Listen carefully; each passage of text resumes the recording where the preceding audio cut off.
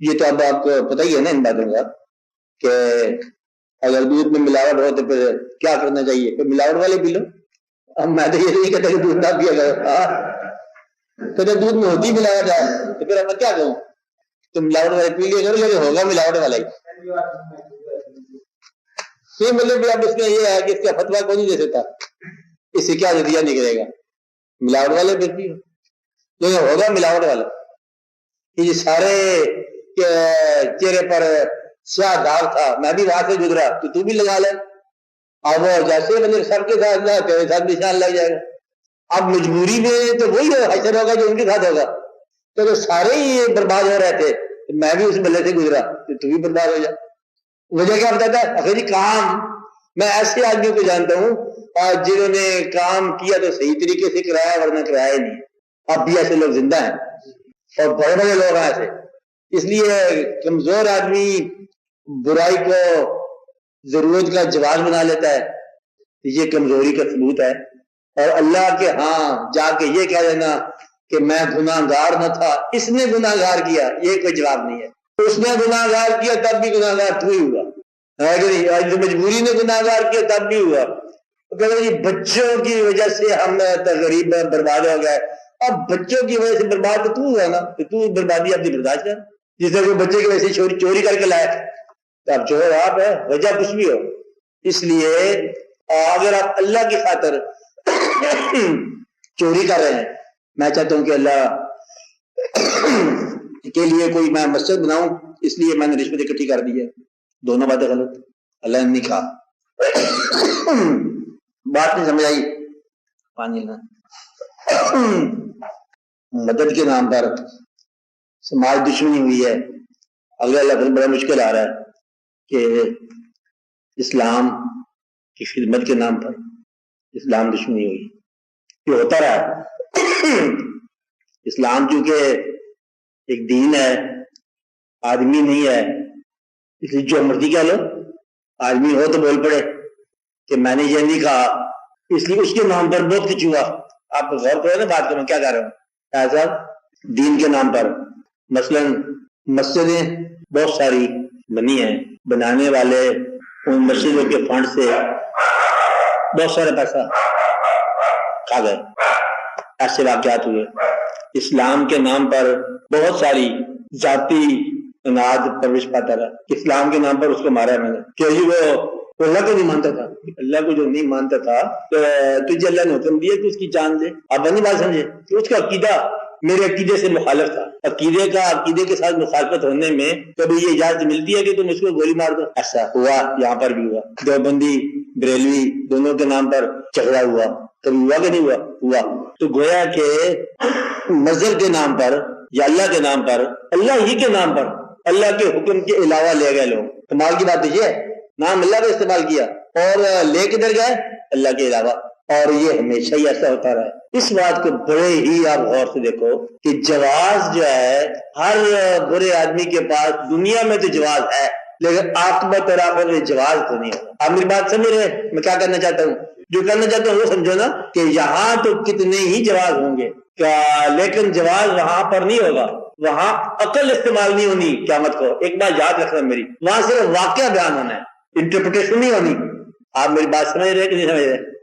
وہاں وکیل نہیں کھڑے ہونے کہ جی چونکہ یہ واقعہ یوں تھا نہ ایسا ہوا میرے حکم کے خلاف چلے تم آپ خاموش ہو جاؤ گا. چلے آپ کہو گے جی کیوں چلے؟ یہ تو سوال نہیں بتانا کہ اس کی وجوہات کیا تھی. کہتا ہے جو آدمی جس نے جرم کیا اس کو سزا ہے، وجہ چاہے دوسرا آدمی ہو. بات کی بات کہ اگر آپ بچوں کی خاطر گناہ کر رہے ہو تو گناہ کون کر رہے ہیں؟ آپ کو سزا ہوگی. تو گویا کہ عمل کرنے والے کو سزا ہے، عمل کرنے والے کو ہی انعام. ہاں آئے نیت کا لفظ اس لیے بتایا گیا کہ اگر کوئی عمل کسی اچھی نیت سے کر رہا ہے اور اتفاق سے وہ عمل ویسے سرزد نہیں ہوتا جیسے ہونا چاہیے تھا، راستے میں رہ گیا، تو اس کے لیے بتایا گیا کہ اس کی نیت اچھی تھی. اس کی مثال وہی پرانی مثال دیتے ہیں کہ آپ ایک کام آپ نے کیا، کوئی دیسی سی مثال جیسے کہ مسجد کے باہر پرانے زمانے کے لوگ تھے مسافر نماز پڑھتے تھے، مسجد کے باہر کسی نے اگر کوئی کھونٹی گاڑ دی کہ یہاں پر کوئی مسافر آ کے گھوڑا باندھے گا نماز پڑھے گا، سہولت ہوگی، اس کے لیے نیکی ہے، اور اگر کسی کو ٹھوکر لگتی ہے اس سے تو وہ اس کی نیت نہیں تھی، کسی نے اس طرح وہاں پر کھونٹی گاڑی ہے کہ کسی کو ٹھوکر لگے اس کی بری بات ہے، اس کی نیت بری ہے، گویا کہ ایک عمل جو ہے نا دو طریقے سے دیکھا جائے گا۔ یہ وہ اعمال ہیں جو بظاہر پہچانے نہیں جاتے کہ تم یہاں کیوں آئے ہو، لیکن جب ایک انسان کوئی اللہ کے حکم کے خلاف بھی ہو گیا تو یہاں کوئی بھی حسن نیت جائز نہیں، جہاں واضح حکم موجود ہے نا تو وہاں پر آپ یہ نہیں کہہ سکتے کہ میں اچھی نیت سے گناہ میں نے کیا، آپ نہیں بات سمجھے کہ وہاں پر جو حکم ہو گیا حکم کے علاوہ جو ہے وہ گناہ ہے، اس لیے وہاں نیت کی بات نہیں ہے، نیت ان جگہوں پر ہے جہاں فیصلہ نہیں ہو رہا تو وہاں نیت پر فیصلہ ہے، جہاں عمل واضح طور پر بول نہیں رہا کہ میں کیا ہوں، جہاں عمل خاموش ہے تو وہاں پر کیا دیکھنا چاہیے، نیت کیا ہے، کہ آپ یہ کام کر رہے ہو، یہ واقعہ لکھ رہے ہو، نیت کیا ہے، مولوی صاحب بیان کر رہے ہیں، نیت کیا ہے، نیت تبلیغ ہے، اور اگر نیت اس کی پیسہ لینا ہے تو پھر تبلیغ کا ثواب نہیں ملے گا، مولوی صاحب نے یا خطیب ملے گا اس کو، اب تو ٹائم کی پیمنٹ ہو گئی ہے، اس لیے یہ جو سیرت بیان ہو رہی ہے نا یہ اس پیمنٹ کے اگینسٹ ہو رہی ہے، یہاں شامل ہونے کی نیت کیا ہے، وہ پیسہ، اگر اس کی نیت شہرت ہے تو پھر وہ شہرت ہے، اگر نیت آگے جا کے فساد میں جانا ہے تو یہ شیطانی عمل ہو گیا۔ ایک ہی کام نیکی بھی ہو سکتا ہے، وہی کام بدی بھی ہو سکتا ہے اگر نیت کے حوالے سے دیکھا جائے تو، لیکن جہاں واضح طور پر ہے کہ آپ کو جی کہ نمازی اور نماز پڑھ رہے تھے کہ میں نے اچھی نیت سے ان کو پریشان کرنا شروع کر دیا نا، کہ میں اچھی نیت سے گھڑی لایا تھا مسجد سے چرا کے، کیا ٹائم دیکھتے رہتے مسلمان دانگ آ جائیں، میں کہ چلو اس کو اٹھا ہی لو، اچھی نیت بات سمجھ نا، تو واضح عمل ہے جہاں پر وہاں نیت کا ذکر نہیں ہے، نیت کا ذکر وہاں پر ہے جہاں عمل کچھ اپنی فرشت بیان نہیں کرتا، وہاں نیت کے حوالے سے آپ کو بات سمجھ آ رہی کہ نہیں آ رہی، اس لیے وہاں نیت بیان کی گئی ہے، اللہ معلوم نیت ہے کہ اعمال نیت سے پہچانے جائیں گے، لیکن اگر نیت کو دیکھنے کا کسی کے پاس شعبہ نہ ہو تو پھر اس کا مطلب یہ ہے کہ اعمال قیامت کو ہی یا آخرت میں ہی اپنا انعام پائیں گے، لیکن وہ اعمال جن کا انعام اور عبرت اس دنیا میں ہونی ہے تو وہاں نیت کا پہچاننا مشکل ہے، تو لہذا نیت کا بعد میں بیان کرنا یہی تو وکالت ہے۔ وکیل کرتا کیا ہے، عمل کو نیت پہناتا ہے نقلی طور پر، اور وہ کبھی فٹ آتی ہے کبھی نہیں آتی ہے، تو جو ہوتا ہے ڈیفینس کاؤنسل کیا کرتا ہے، عمل کو حسن نیت پہناتا ہے، اور جو پروسیکیوشن ہے وہ اس کو اندر سے اصلی عمل نکال دیتا ہے، کہتا ہے یہ جی نیت سے غلط بنا رہا ہے، اس طرح بدلے بھی ہوتی بات، تو اس لیے وہ اعمال جن کے آخرت کے ساتھ تعلق ہے وہ تو آخرت کے ساتھ تعلق ہے کہ نماز آپ کس نیت سے پڑھ رہے ہو، لیکن نماز ترک کسی اچھی نیت سے آپ نہیں کر سکتے، یہ آپ یاد رکھنا کہ نماز آپ پڑھ رہے ہو کس نیت سے یہ ہو دیکھا جائے گا، اچھی نیت سے یا بری نیت سے، لیکن یہ کوئی نہیں کہے گا کہ آپ نے اچھی نیت سے نماز کو چھوڑا، کہ میں نے اچھی نیت سے چھوڑا، میں اچھی نیت سے شراب پینا میں نے شروع کیا، نیت میری بہت اچھی تھی، میں نے کہا چلو یاد رہے کہ بیٹھے رہے اب اللہ کو یاد کرتے رہیں گے چڑھائی میں بیٹھ کے، یہ نیت بھی بند ہے اور آدمی بھی بند ہے، آپ بات سمجھ رہے ہیں کہ جھوٹ بول رہا ہے، کیونکہ جہاں شریعت کا واضح حکم آ گیا اس کے علاوہ کوئی بھی جواب نہیں دے سکتا، یہ بات یاد رکھنے والی ہے۔ تو نیت وہاں ہے جہاں عمل اپنا نام نہیں بتاتا کہ کس نیت سے آئے تھے، تو وہ وہاں پر اعمال نیات سے پہچانو اس کی نیت کیا تھی، یہ اس لیے اب بتایا گیا کہ نیت کا تو آپ کو طریقہ کو نہیں آتا پہچاننے کا، ہم دنیا میں نیت کہاں پہچان سکتے ہیں، ہم تو اعمال کو نتیجے سے پہچانتے ہیں، اس لیے یہ ایک بڑا راز ہے، اعمال نیات سے پہچانے جائیں گے بڑے راز ہے کہ ہم دنیا کے اندر اعمال کو نتیجے سے پہچانتے ہیں، تو اب یہ بتایا جا رہا ہے کہ نتیجہ کبھی دیکھو تو وہاں سے جلد فیصلہ نہ نکال لینا کہ یہ اچھا آدمی ہے، اچھی جگہ پر بیٹھا ہو تو یہ نہ کہنا آدمی اچھا ہے، کیونکہ اس کا وہاں تک جو عمل آیا ہے نا تو اس کے پیچھے نیت کیا ہے، مقصد ہے کہ بادشاہ جو ہے یہ اللہ کا فضل ہے، اللہ تعالیٰ جو اس کو چاہتا ہے بادشاہ دیتا ہے، یہی ہے نا، کیا مالک الملک ہے تو الملک من تشاء وتنزل الملک ممن تشاء، جس کو چاہتا ہے عزت دیتا ہے، جس کو چاہتا ہے ذلت بھی ہے۔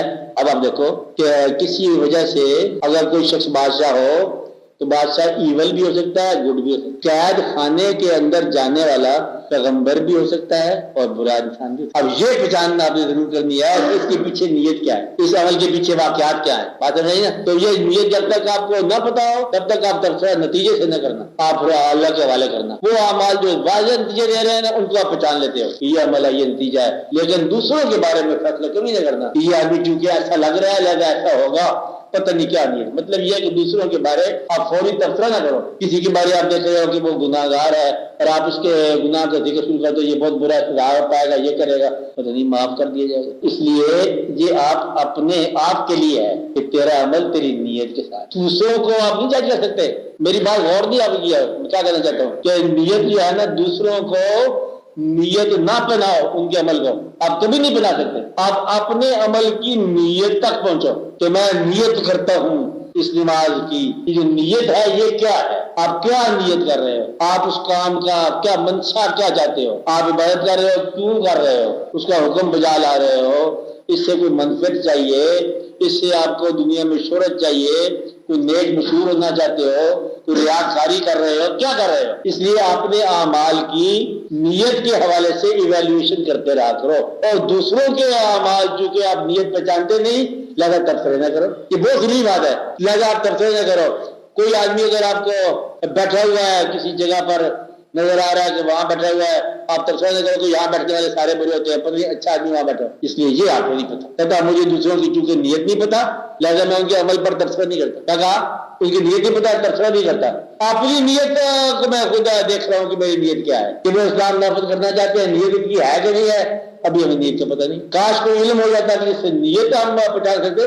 ہم تو نتیجے سے پہچانتے ہیں کہ بھئی ابھی نافذ نہیں ہوا، یہ نتیجہ ہے. اس لیے نتیجے کے حوالے سے ہم عمل کی نااہلی کہہ سکتے ہیں، غلط نہیں کہہ سکتے کہ عمل جو ہے سفیشینٹ نہیں ہے یا ایفیشینٹ نہیں ہے. یہ نہیں کہہ سکتے کہ عمل غلط ہے تو ٹھیک ہے. آپ میری بات سمجھ رہے ہیں نا کہ یہ اس کے پیچھے نیت کیا ہے. تو دوسروں کے اعمال پر تبصرہ نہ کرو اور اپنے اعمال کو اپنی نیت کے حوالے سے دیکھا کرو کہ آپ کیا کر رہے ہو. مثلا آپ نوکری کر رہے ہو، کیا نیت ہے؟ نیت آپ کی یہ تھی کہ آپ اپنے بچوں کو پرورش کرو، یہ نیت ہے. بچوں کی پرورش سے مراد یہ ہے کہ بچوں کو کھانا دو، رزق دو.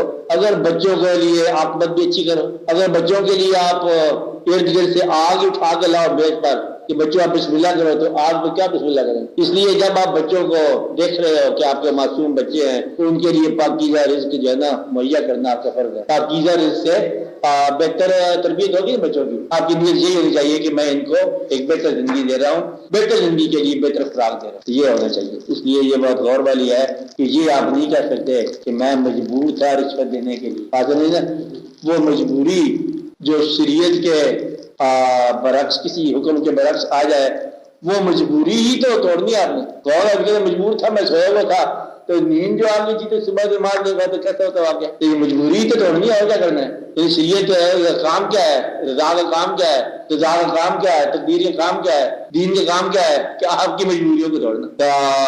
فطرت کرتی کیا ہے، فطرت مجبوریوں کو توڑتی ہے. اللہ تعالیٰ یہ تقدیر کہتے ہیں نا، تقدیر کا مطلب یہ ہے کہ آپ کے ارادوں کو توڑتی ہے، ارادوں کو توڑ دیتی ہے. اس لیے آپ اپنی مجبوریاں پیش نہیں کر سکتے جواز کے طور پر کہ میں نے برائی پہ مائل ہوں. برائی ہے، گناہ گناہ ہے. کبھی کوئی گناہ کسی مجبوری پر بھی جائز نہیں ہوگا. گناہ انڈرسٹینڈ کیا آپ نے؟ اس لیے اس کا یہ خیال ہے. آپ بات سے اور دیکھو دروغ، یہ دروغ کا فکرہ نہیں ہے، وہاں پوری کو فکرہ ہوگا کہ مسئلہ تعمیل جھوٹ بہتر ہے اس سچائی سے جو شر پیدا کرے. فکرہ یوں ہے تو سچائی شر پیدا کرنے کی سچائی کی جائے اس سے بہتر ہے کہ تو جھوٹ کے راستے سے نکل جائے. مثلا دو قبیلوں میں لڑائی ہو رہی ہے، لڑائی ہو سکتی ہے تیرے سچ بولنے سے. وہ کہتے ہیں تم بتاؤ اس نے ہمارے اونٹوں کو برا بھلا کہا ہے کہ نہیں کہا ہے؟ کہا تھا. اب آپ کیا کہو؟ نہیں یہ تو آپ اونٹوں کی تعریف کر رہے تھے، قبیلے ہی لڑیں گے ورنہ قبیلے لڑ لڑ کے پاگل ہو جائیں گے. یہ جو جھوٹ ہے نا اس سچائی سے بہتر ہے. تو یہ ہمارا کام ہے سچ بولنا. یہ باپ ہے تو یہ بیٹا ہے، بیٹے نے یہ باپ کے خلاف بات کی، باپ کے دل ہی ٹوٹ گیا. اس لیے وہ سچائیاں جو شر پیدا کرتی ہیں ان سے بچنے کے لیے کہا گیا. اس حد تک وہ سچائی جو شر پیدا کرتی ہے اتنی بری ہے کہ جھوٹ بھی اس سے بہتر ہے. کہنے کا مقصد یہ تھا یعنی کہ وہ سچائی جو شر پیدا کرتی ہے اس سے تو جھوٹ بھی اچھا. بیچارے نے غازی صاحب نے تو یہ کہا ہے، اب یہ نہ کہا کہ جھوٹ ہی اچھا ہو گیا.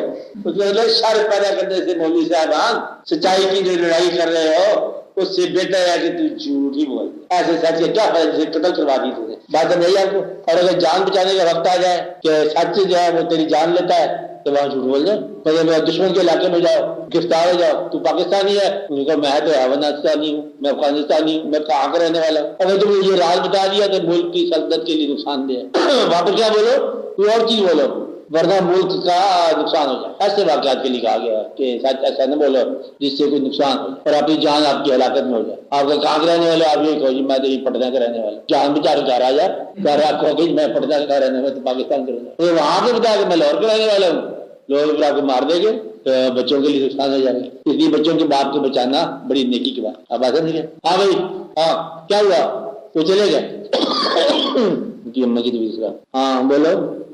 واضح احکامات کے جو میں وہاں پہ کوئی قانون نہیں ہو, وہاں واضح احکامات جہاں پہ موجود ہوں وہاں پہ کوئی چھوٹ نہیں. اس سلسلے میں دیکھ یہ آتا ہے نا کہ چوری کی سزا تو موجود ہے, ہاتھ کاٹ دیے جائیں. تو حضرت عمر کے دور میں جب وہ قحط سالی ہوئی اور حالات چینج. دیکھو بات سنو, یہ یوں کنفیوز ہو جائے گی بات کہ اب اس میں جو خلیفہ کے وقت ہوتے ہیں ان کے کیا اختیارات ہیں, ان کی کیا ضروریات ہیں, وہ کس حد تک اس میں کیا کر سکتے ہیں, اور ہاتھ کاٹنے کا کس کو حکم دیا.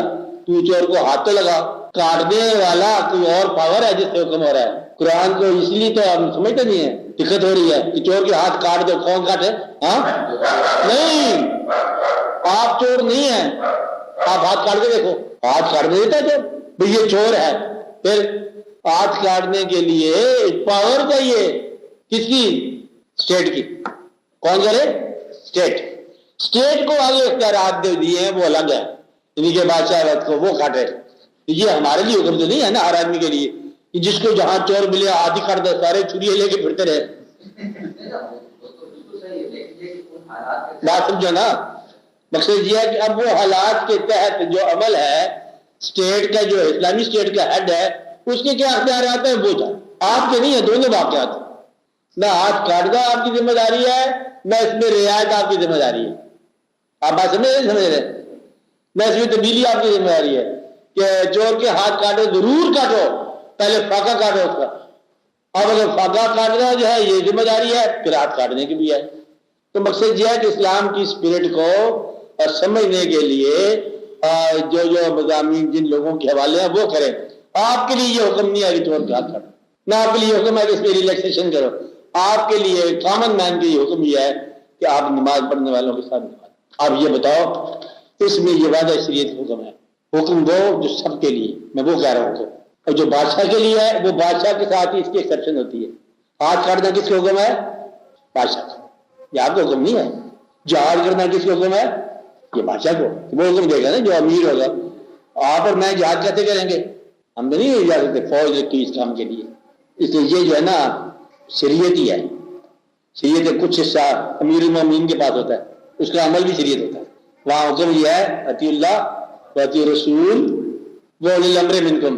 اللہ کا حکم مانو, اللہ کے نبی صلی اللہ علیہ وسلم کا حکم مانو, باقی جو یہ کہہ رہے ہیں ان کا اولی الامر ہے, وہ جو بھی کہہ رہے ہیں وہ مانو. جب تک آپ کی بات نہیں, آپ تو ماننے والوں میں ہے نا, یا اولی الامر میں آپ ہوں, ماننے والوں میں, تو پھر آپ سمجھ آئیے یہ بات کیا ہے.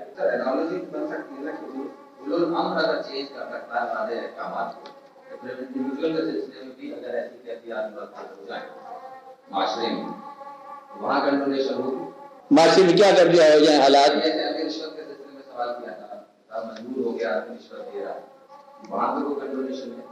جو رشوت لے رہا ہے یا رشوت دے رہا ہے اس کو میں نے یہ کہا کہ رشوت نہ دینے والے اور نہ لینے والے سے کمزور ہے. جس میں رشوت دی جا رہی ہے اس معاشرے میں اگر ایک بھی انسان ایسا پیدا ہو گیا جو یہ کہے کہ میں ان راستوں سے گزرا ہوں, انہی راستوں سے, نہ میں رشوت لیا نہ میں نے دیا ہے, تو سب کو سزا ہوگی. اب آج میرے اگر کوئی بھی نہ نکلا ہے نا تو سب معاف کر دیں. کوئی آدمی ایسا ہے جو ان راستوں میں جس نے رشوت نہ لی ہو, ایسا کوئی آدمی ہے جو سرکاری فائنانس کے کسی محکمے میں ہو جہاں پیسہ لینا اور دینا ہو اور اس نے نہ لیا ہو, پی ڈبلیو ڈی کے اندر رہنے والا, کوئی ایکسین, کوئی ایس سی, کوئی چیف انجینئر جس کے ہاں چیک بھی بنتے ہوں اور ٹھیکیدار بھی آتے ہوں, اور اس نے کبھی نہ لیا ہو، کبھی کسی کو نہ دیا ہو، اگر ایک بھی نکل آیا نا سارے پھانسی لگ جائیں گے باقی۔ مطلب یہ ہے کہ ایسا ممکن ہے ان حالات میں بھی کہ رشوت نہ دی جائے، ان حالات میں بھی کہ رشوت نہ لی جائے۔ اگر تو ممکن ہے تو پھر سزا ہے، اور اگر ممکن ہی نہیں رہا پھر سب کے ساتھ ہے۔ تو یہ آپ اللہ سے کہہ سکتے ہیں دیکھو ساری دنیا میں کہیں بدلے ایسا ہوا، کوئی مسلمان رشوت کے بغیر نہیں آیا، آبادی نہیں، لیکن ایسا نہیں ہوتا، آج بھی ایسے لوگ آپ کو مل جائیں گے۔ تو دوسرا یہ ہے کہ میں یہ کہہ رہا تھا کہ رشوت لینے کا جواز کبھی نہیں بنے گا جب حکم کے خلاف آ گیا۔ کام جو مجھے بتا رہا تھا کہ آپ یہ کہو کہ ہمارے معاشرے میں 95% لوگ نماز نہیں پڑھتے، اس کا مطلب یہ نہیں ہے کہ نماز کے حکم کے علاوہ بدلے کوئی حکم آ گیا ہے، یہ سارے کے سارے مجرم ہیں۔ اگر ایک آدمی نماز پڑھ رہا ہے نا تو سمجھو کہ نماز پڑھی جا سکتی ہے، آپ کو بات سمجھ آئی نا؟ تو گویا کہ 99 آدمی جو ہے نا وہ سارے کے سارے اور سارے پھانسی لگ جائیں گے، کہ ایسا ہو سکتا ہے، وہ کر کے دکھایا ہے۔ تو یہی تو خوبی ہے اسلام کی کہ جہاں آپ کہتے ہیں کہ یہ پریکٹیکیبل نہیں ہے، وہاں ایک آدمی کھڑا جاتا ہے وہ کر کے دکھا دیتا ہے۔ کوئی یہ ناممکن ہے، ساتھ میں آدمی کہتا میں نے رشوت آڈر نہیں لی، کہتے تیرے گزارا کیسے ہوتا ہے، کہتے میرے بچے 5 ہے 3 ہے ابھی، تو وہ کہتا ہم نے کر لیا۔ مقصد ہے کہ وہ کہتا میرے رزق میں برکت ہے، تیرے پاس برکت نہیں ہے۔ کہ تیری آمدن کتنی ہے، کہ میری آمدن 20,000 ہے مہینے کی، کہ تیری کتنی ہے، کہ میرے 1,500 ہے مہینے، کہ تو زندہ ہے، کہتا ہے تم سے بہتر زندہ ہوں۔ اس کا مطلب یہ ہے کہ اگر آپ اللہ کے حوالے سے، اللہ کے حکم کے مطابق اگر آپ کوئی زندگی گزار رہے ہو تو اس کا انعام اللہ ہی ہے۔ اگر آپ کو وہ انعام نہیں پسند تو پھر بحث کی ضرورت کوئی نہیں ہے، مجبوری ہے۔ اسلام یا نہ اسلام، پیسہ ہی پیسہ ہے، تو جہاں سے ملتا ہے پیسہ حاصل کرو، جو چیز بکتی ہے بیچ کے حاصل کرو، ذہن بیچو، دل بیچو، اور ممکن ہے تو پھر دین بیچو۔ جیتا حکومتوں میں ہوتا ہے وطن فروشی بھی لفظ ایک آیا ہے، سنا ہے کتابوں میں لکھا، وطن فروش تھے، ہوتے ہیں لوگ، کچھ دین فروش لکھا ہوا ہے، کچھ یہ فروش لکھا ہوا ہے، کچھ وہ، ایسے ہوتا ہے، ایسے لوگ آئے ہیں۔ لیکن میرا یہاں تک خیال ہے، اور پھر اس کو میں رعایت کے ساتھ کرتا ہوں کہ جہاں یہ چیز غلط ہے، رشوت لینا اور دینا، مجبوری ہوئی پڑی ہے، اس سے غلط ہی کہنا۔ میری بات سمجھائی؟ آپ کو ایک مثال دیتا ہوں، شراب ہمارے ہاں منع ہے، ممکن ہے کچھ لوگ پیتے ہوں، تو پچھلا دور پٹروں پر جو گرفت آئی ہے نا، پھر ایک فکر سے آئی ہے کہ میں شراب پیتا ہوں، تھوڑی سی پیتا ہوں، قوم کا خون نہیں پیتا ہوں۔ گویا کہ بادشاہ اپنے وقت کا اگر یہ فکرہ اس کا بغیر گرفت کے چلا جاتا تو پھر ہم بھی پیتے، تھوڑی سی پیتے ہیں، بات یہ پھر کامن مین تک جواز ہی بن جاتا، کیونکہ اسٹیج سے ایک طاقتور ایک اختیار والے آدمی نے یہ کہہ دیا کہ ہم پیتے ہیں، تو نتیجہ یہ ہے کہ یہ تو سینکشن ہو جائے گی، لازم ہے گرفت کرو اس کو، بات نہیں ہے۔ اور وہی گرفت ہوئی، آپ کے سامنے ہوئی، اور اب بتاؤ جس خود سری سے تو کہہ رہا تھا کہ پیتے ہیں تو یہ تو چائے بھی نہیں ملی، مطلب کتنا عرصہ نہیں بات سمجھ آئی؟ تو مقصد یہ ہے کہ کوئی بھی یہ توبہ والی جائے، یہ کہہ دینا کہ میں پیتے ہیں وثوق کے ساتھ، شریعت کے علاوہ اتنے بڑے لاؤڈ پلیٹ فارم سے کہہ دینا کہ ان نوٹس جائے گا، نہیں جائے گا۔ اس لیے یہ کہہ دینا کہ رشوت دینا جائز ہو گیا، گرفت آ جائے گیا، یہ چپکے سے کرتا جا، معافی نامہ، اچھا تو جہاں سے رشوت لو اتنے پیسے لکھیے حساب میں، اتنے میں نے دیے ہیں، اتنے میں نے رشوت لیے ہیں، تو جہاں لیے نا رشوت کے کوئی پیسہ آپ نے 20,000 روپیہ لیا ہے تو چپکے سے کسی زمانے میں 20,000 روپیہ دیا اللہ کو واپس، ادھار ایڈوانس حساب۔ اور اگر آپ اپنے لیے لے گئے ہو تو بس نقصان ہی ہے، کبھی ضرورت پڑ جائے، آپ کے پاس کوئی ضرورت کے لیے کوئی پیسہ ہے رشوت کے نام پر، مجبوری، ضرورت، ایسے بندے آدمی دیکھتے ہیں تو جو کہتے ہیں میں نے رات کو دعا کی، بڑی دادا صاحب گئے ہوئے تھے، صبح اللہ نے مہربانی کر دی، دفتر پہنچتے رشوت مل گئی۔ جہاں تک تو بات آ گئی ہے نا، اس حد تک لوگ کہہ رہے ہیں، ہمیں سنا لوگوں کہتے ہیں، جہاں تک مطلب بات آ پہنچی ہے تو آپ اللہ اللہ کرو، دور تک بات نکل گئی ہے۔ اس لیے کسی وقت کوئی ایسا ماحول دعا کرو، ایسا ماحول قائم ہو جائے کہ دین کی حکم کے مطابق زندگی بسر کرنا آسان ہو جائے۔ فی الحال مشکل ہے، کیونکہ مشکل ہے ہم کہہ رہے ہیں لیکن جواز نہیں ملے گا، یہ کبھی نہیں آپ کہہ سکتے کہ جواز ہے نا، پھر میں اس لیے منع کیا کہ جواز، ہاں آپ بات کرو اور یاد نہیں بولو، کچھ بولو مجھے تو کوئی بولا۔ اچھا پھر دیکھو آپ حالات کی کمی بیشی کی وجہ سے آپ یہ فیصلہ دل میں کرو، حالات کی کمی بیشی کی وجہ سے آپ کے عقیدے میں کوئی کمزوری تو نہیں آتی؟ نمبر 1 غور کیے کرو، حالات بہتر ہو جائیں یا کمزور ہو جائیں، عقیدہ آپ کا محفوظ ہے، آپ سختی سے نکلو، نرمی سے نکلو، عقیدہ آپ کا قائم ہے، یہ سوچنا چاہیے۔ اگر یہاں تک انسان پہنچ جائے نا کہ جہاں حالات سے بے نیاز ہے اس کا عقیدہ، تو پھر آگے سفر دوسرا شروع ہو جاتا ہے۔ جہاں تک آپ پہنچ گئے کہ نہ پہنچے، میں یہ پوچھ رہا ہوں، اگر یہاں تک پہنچنے میں ابھی کوئی وقت ہے تو پھر وقت لگنا چاہیے، ورنہ اس کے علاوہ بات ہے۔ میری بات سمجھیے آپ کو؟ کیا کہا میں نے؟ ادھر کیا کہا کہ حالات کی کمی بیشی کے ساتھ آپ کے عقیدے کو محفوظ رہنا آتا ہے تو پھر آگے آپ کا سفر دوسرا شروع ہو جاتا ہے۔ حالات سے مراد یہ ہے کہ نفع ہو یا نقصان ہو، زندگی ہو یا موت ہو، کمی ہو یا بیشی ہو، عزت ہو کہ ذلت ہو، ملک ملے کہ ملک چھن جائے، اپنا ذاتی ملک جو ہے جاگیر، تو ہمارا عقیدہ قائم رہے گا۔ اب صاحب جہاں تک قائم رہ سکتا ہے، لیکن ساتھ اگر ضرورت کے وقت دعا بھی تو ہوتی ہے تلاش کرنی والی۔ کوئی ایسے وقت آئے گا صاحب کہ آپ دعا پہ یا ضرورت اپنی پہ زور دینا چھوڑ دیں گے، اللہ بہتر کرے گا، آئے گا نا؟ کتنی دیر کے بعد آئے گا؟ نہیں، ایک آدھ کام ابھی رہتا ہے، ہو گیا کام، ہو جائے گا۔ اب مقصد یہ ہے کہ تاکہ میں یہ کہنا چاہتا ہوں کہ عقیدہ جو ہے نا وہ حالات سے بےگانہ ہو جائے۔ اگر آپ ایسا کر سکتے ہو نا تو پھر عقیدے کے اندر جو ہے نا پھر ایک رونق پیدا ہو سکتی ہے۔ آپ لوگ ابھی حالات محنت کرو، آمدن ملتی ہے، مہینے کی تنخواہ ملتی ہے، جیسے ذہن ہوتا ہے، لیکن وہ جو حالات کا خیال ہے، حالات کی ضرورت اور حالات کی کمی بیشی کا، یہ وہاں تک نہ جائے جہاں عقیدہ ہے۔ میری بات سمجھائی؟ یعنی کہ حالات کے کمی بیشی کا اثر دل پر نہ پڑے۔ بھائی ذہن میں تو آپ ہوتا ہے خیال کہ یہ کر لو، یہ یوں کر لو، یہ پانی آ رہا ہے، تو باہر دو، ایسا کر لو، جوڑ توڑ کر لو، چل ٹھیک ہے۔ لیکن اگر ایسا نہیں ہوا تو پھر وہ رات کو خود نہیں، کل کیا کھائیں گے، پرسوں کیا بنے گا، بچے، واقعات۔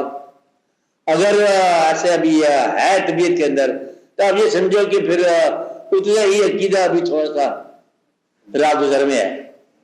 بس یہ اس کا سبق یہ ہے، یہ پہلا ہی سبق ہے اس کا، کہ اپنی زندگی کو یا اپنے آپ کو حالات کے اتار چڑھاؤ کے باوجود مکمل طور پر عقیدے کے امن و امان میں رکھنا۔ اگر یہ کر لیا ہے تو پھر بڑی مبارک بات ہے۔ یہ اپنا جائزہ لے لو نا، بات سمجھ نا، تاکہ ہم جہاں آپس میں ایک دوسرے کو مل رہے ہیں پھر ہم راستے میں ایک دوسرے کو حالات کے حوالے سے نہ ملیں، پھر ہم عقیدے کے حوالے سے ملیں گے۔ سہن کر رہے ہیں آپ میری بات؟ پھر حالات کے حوالے سے ہم نہیں ملیں گے، بس پھر حالات کے حوالے سے نکلا تو عقیدہ گیا، پھر فروغ پا گئی ہر چیز۔ اس لیے ایک بار آج کی نشست تک ہم یہ دعا کر لیتے ہیں کہ یا اللہ مطلب حالات تھوڑ سے ہماری مرضی کے مطابق کر دے، تاکہ ذرا ہم اپنی دعائیں اور آرزوئیں اور التجائیں کر لیں کہ وہی بے روزگاروں کو روزگار ملنا چاہیے، بے اولادوں کو اولاد ملنی چاہیے، یہ دعا ہونی چاہیے نا۔ اور جن کی اولاد ہے ان کو اولاد کی خوشی ملنی چاہیے، اور اولاد کے روزگار بھی ہونے چاہیے، ان کی شادی بھی ہونی چاہیے، اچھی زندگی ہونی چاہیے، ایسا ہونا چاہیے نا، تاکہ ماں باپ جو ہے نا وہ شانتی کے ساتھ، امن کے ساتھ، کلمہ ہی پڑھنا ہے، انہوں نے کیا کرنا امن کے ساتھ، باقی کیا رہ گیا پتہ چھوڑا جائے۔ مطلب یہ ہے کہ خوشی کے ساتھ تیرے پاس ہم آئے ہیں، اور کرنا کیا ہے جی؟ بل عقیدہ جو ہے نا، ہمارا عقیدہ یا رب العالمین ہمارے حالات سے آزاد کر دے، ہے کہ نہیں؟ عقیدہ محفوظ فرما دے، حالات کو اپنے بہتر کر، بہرحال حالات سے غیر متصرف رہے عقیدہ۔ یہ عقیدے کی آپ کو بتاتا ہوں، یہ صفت ہونی چاہیے، عقیدہ اتار چڑھاؤ، حالات اتار چڑھاؤ سے بے نیاز ہونا چاہیے۔ یہ پہلا سبق تو اب یاد کر، یہ سبق بھی نہیں ہے، اطلاع ہی نہیں ہے، پکی بات ہے کہ حالات سے آزاد ہو جائے آپ کا عقیدہ، کہ عزت آ رہی ہے، ذلت آ رہی ہے، زندگی آ رہی ہے، موت آ رہی ہے، دن آ رہا ہے، رات آ رہا ہے کہ نہیں آ رہا، میرا عقیدہ وہی کا وہی ہے۔ اللہ تعالیٰ جو ہے نا، یہ ہے مطلب پہلا سبق، جسے توحید کا سبق کہتے ہیں، کہ اللہ زندگی دینے والا، اللہ زندگی لینے والا بھی اللہ۔ اللہ نے بینائی دی تھی، تھوڑی بینائی کمزور ہوگی، یہ بھی اللہ کے حکم سے ہوا۔ اس کے حکم سے بینائیاں آتی ہیں، اس کے حکم سے بینائیاں جاتی ہیں، اس کے حکم سے خوشیاں آتی ہیں، اس کے حکم سے رخصت ہو جاتی ہیں، اور ہم اس کے حکم پر خوش، اس کے ہر حکم پر خوش ہیں۔ تو گویا کہ اللہ کو ہر حکم کا اپنی زندگی میں اللہ کو ہر حکم کا ہر چند کے باختیار ہے، خوشی سے اختیار دینا، یہ ہے تسلیم۔ بات ہو جائے نا کہ یا اللہ مطلب یہ میری زندگی، یہ میرا وجود، یہ میری حالت